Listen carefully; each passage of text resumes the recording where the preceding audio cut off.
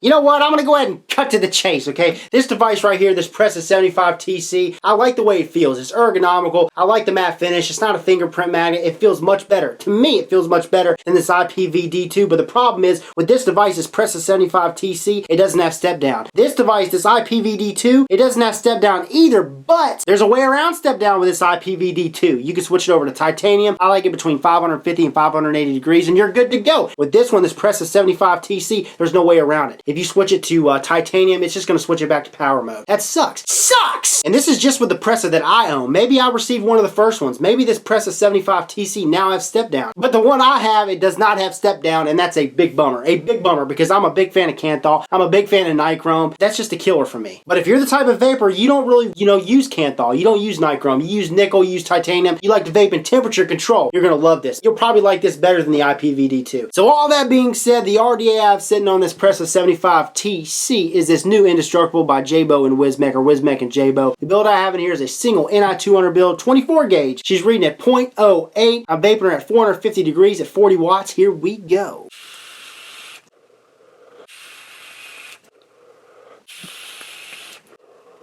So you know what? I think it's about that time we dive down. I'll show you this thing up close and personal. We'll come back, talk about some pros, talk about some more cons, and then we'll wrap this sucker up. Yeah? So here's the packaging for this Wismec Presa TC 75 watt.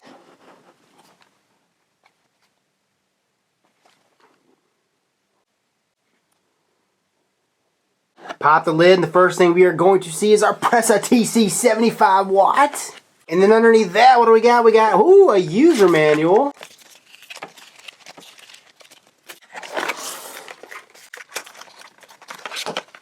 You receive a USB cable for charging an upgradable firmware, and you also receive this Ego threaded adapter.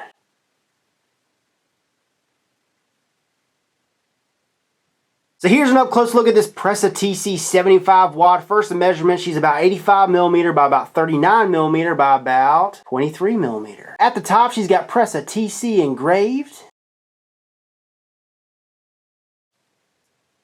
So here's the front of this device. You got your nice big menu screen, which we'll get into in a second, but you got your wattage down, wattage up buttons down here. Nice comfortable buttons.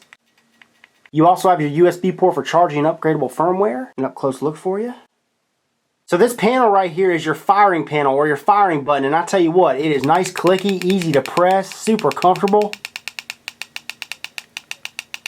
But another cool feature, you got this locking mechanism up here. So right now she's unlocked, meaning you can go ahead and fire this button. She's going to fire up, she's going to be nice and clicky, but watch this. Pull it over like that, and she's locked. So here's the base of this device. You got 3 venting slots down here. And then on the back of this device it says Wismec. Wismec is engraved. This is the battery panel, by the way. And then on this magnetic battery panel, you got a vent hole for battery venting. Comes off just like that. 2 magnets up top, 2 magnets down below. Here's the battery tray, nice and clean. Again, you got your magnets, 2 magnets up top, 2 down below. I mean, she's tight, she ain't going anywhere. Barely any play at all. Alright, so check it out. Here's a size comparison between the IPVD2 and this Presa TC 75 watt. Now, this is heavier. It's definitely heavier. Both very comfortable. I actually prefer this one. I like the matte finish. You don't get fingerprint magnets. This right here, I'm not really a big fan of the finish on this IPVD2. They're both 75 watt devices. They both have temperature control. You can build them both down to 0.05. That's a big plus. But yeah, this one's just a little bit taller, and this one's just a little bit wider. Pop a battery in this bad boy. Turn the sucker on, 5 clicks the fire panel does it. 1, 2, 3, 4, 5. Right now it's showing the power, the voltage, the resistance, the amps, and the puff counter. We can change all that. But right now I don't have anything on this device, and when I press this fire panel, what does it say? It says, no atomizer found. So to go ahead and change it from power mode to temperature mode to bypass mode, all you do is hit the fire button or fire panel 3 times. 1, 2, 3. First thing that's going to happen is this top number, the wattage, is going to blink. And then all you do from there is you hit the wattage up button. You can switch over to bypass, B for bypass, wattage up, nickel, wattage up, titanium, and a round robin's back to power. So I'm going to take it into bypass mode, wattage up, and all I do is hit the wattage down if I want to take it down to the puff counter, and I can switch it from puff counter to battery gauge, back to puff counter. Back to battery gauge. Wattage down, takes me back up to bypass. And if I'm content and I want to keep this thing in bypass, all I do is hit the fire panel. Boom, we're in bypass mode. Well, let's go ahead and say I'm not content in bypass mode. I want to go ahead and switch her over to nickel mode. All I do is hit the wattage up button, and boom, we're in nickel mode. Hit the wattage down button, it takes me down to power. I can adjust the power. Watch this. Like I said, this thing's a 1 watt to 75 watt device. She does move up a little slow, and you can take her up 0.1 increments, but watch.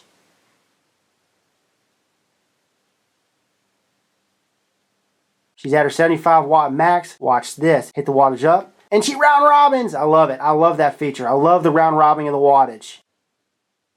Keep her at 30. Hit the wattage down. Takes it down to resistance. The wattage down. Takes it down to puff counter, and you can switch it back and forth. Wattage up. Takes it to battery gauge to show the battery gauge. Let's go ahead and show the puff counter. Wattage down. Takes it back up to Fahrenheit. And if nickel mode is where you want to stay, all you do is hit the fire button, and we're in nickel mode, and you can adjust it from there.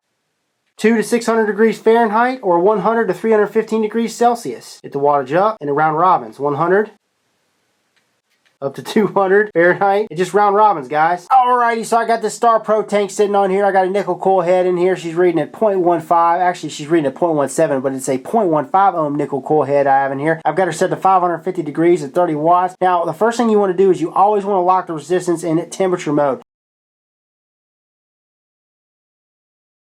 So how to do that, you hit this fire button 3 times, 1, 2, 3. She blinks up top and you hit the wattage down button, take her down to the resistance, and then hit the wattage up button, and she's locked. Hit the fire button, she's set. Locked and loaded.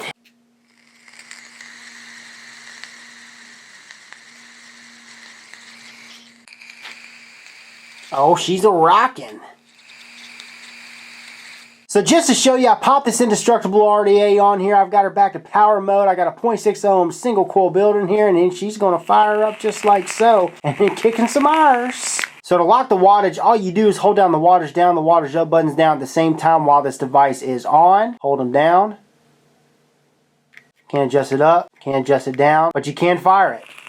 To unlock, do the exact same thing while this device is on. Hold them down. Unlocked.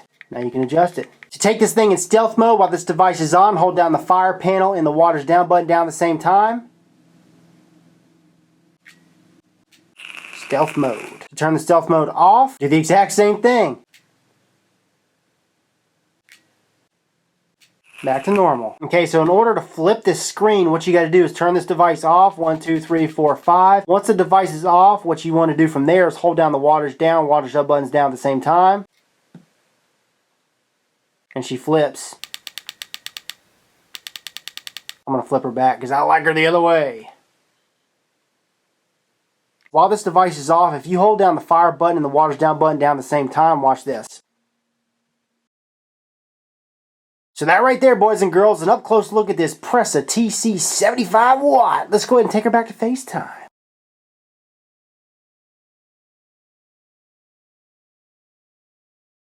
So I want to go ahead and clarify again, in temperature mode for this device, you can build her all the way down to 0.05, all the way up to 1 ohm, and then in regular power mode, you can build her all the way down to 0.1, all the way up to 3.5 ohms. Pro time! Love the feel. Like I said, this thing is ergonomical. The fire panel on the side, hoo-hoo, she is clicky, comfortable, easy to press. You can fire in your palm or your fingers. Again, I'm mentioning all this again. I know this is redundant. The matte finish, it's not a fingerprint magnet, it's a big deal. And this thing is light. Oh yeah, and the screen is big, bright, and easy to navigate. Like I mentioned in the close-ups, the function buttons, the wattage up, wattage down buttons are nice and clicky as well and comfortable, easy to use. USB port on the side, not only for charging, but upgradable firmware, that's a biggie. Upgradable firmware for a product is a big pro. To me, as far as temperature control, this thing performs great, man. I mean, she is consistent. Consistent. Just like most other Chinese products out there that have temperature control, that temperature control feature, this thing does it. It does it well. You won't burn your cotton. You'll never get a dry hit. And that's the goal, right? And another cool feature, this thing has that bypass mode, okay? So you can run this thing in mechanical mod mode for you mechanical mod lovers out there. I'm not really a big fan of it. I like my regulated mods, but it's a cool feature. It's got to be mentioned. As you guys saw in the close-ups, you have that locking mechanism up top, so you can lock that firing panel. That's a cool feature, especially for you vapors that like to put your mods in your pockets. Every device I own fits down on this mod and makes a connection. Here's the thing though. The spring-loaded pin is tight, but she's not a loose spring-loaded pin. So when I screw her down, you got to really crank her down if you want her to sit down pretty much all the way. But even though I screw her all the way down, and this is with every device, you're going to get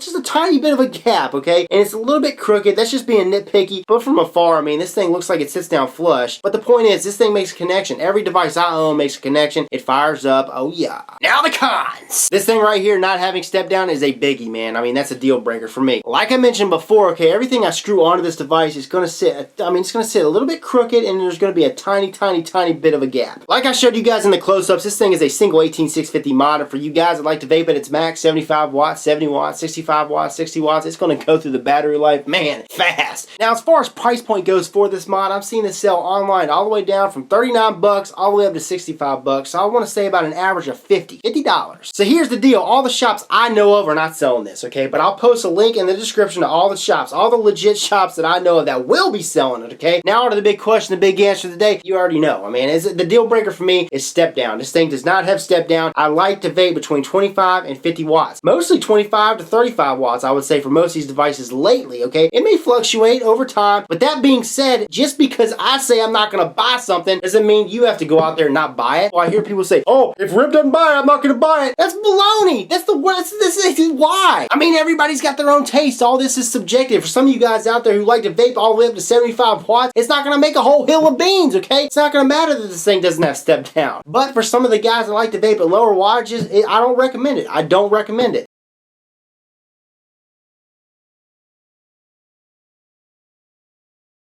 Now, for temperature control mode, this thing kicks ass. But for me, I wouldn't buy it for the reasons I just told you.